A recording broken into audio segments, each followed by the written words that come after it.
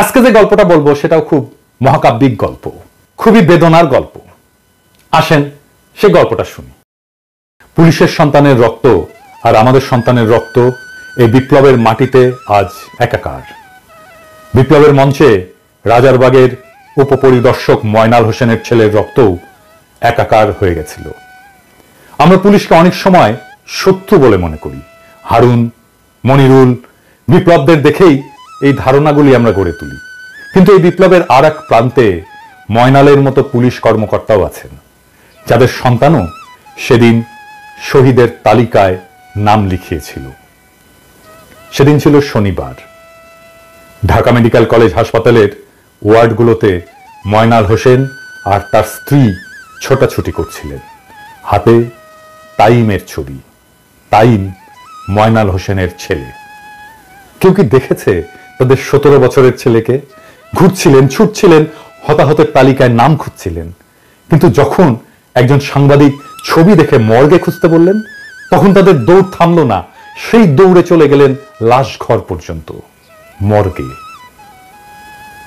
যখন মর্গের দরজা খুলল, তারা দেখলেন তাইম ছররা গুলিতে রক্তে ভেজা দেহ নিথর হয়ে শুয়ে আছে। ময়নাল স্তব্ধ হয়ে দাঁড়িয়ে গেলেন, আর তার স্ত্রী চিৎকার করে উঠলেন, ও আল্লাহ, আমার পোলারে কে মারলো? তুই আমারে না বইলা কেন বাইর হয়েছিলি? এতদিন যে ছেলেকে আটকে রাখতে পারেননি, তাকে হারিয়ে ময়নাল তখনও বলছিলেন, স্যার, আমার ছেলেটা মারা গেছে, বুলেটে ওর বুক ঝাঁঝরা হয়ে গেছে। স্যার, আমার ছেলে নেই। ময়নালের চোখে অশ্রু, আর সেই অশ্রুতে প্রশ্ন, একজনকে মারতে কতগুলো গুলি লাগে স্যার?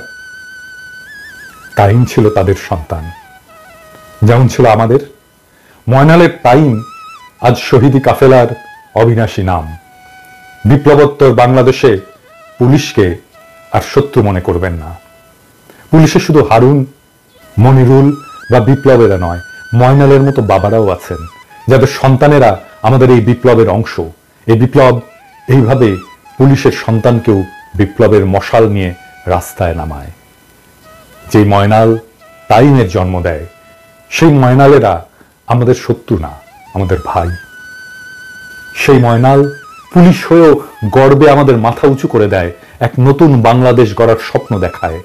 যেই বাংলাদেশ মজলুম আর জালিমে বিভক্ত নয়, যে বাংলাদেশ শুধুই নাগরিকের, যাদের একটাই লক্ষ্য দেশকে এক অনন্য উচ্চতায় পৌঁছে দেওয়া, যেখানে আমাদের চিত্ত ভয় শূন্য আর শির হিমালয়ের চাইতে উঁচু। আমরা দেশকে ওই উচ্চতায় নিয়ে যাব।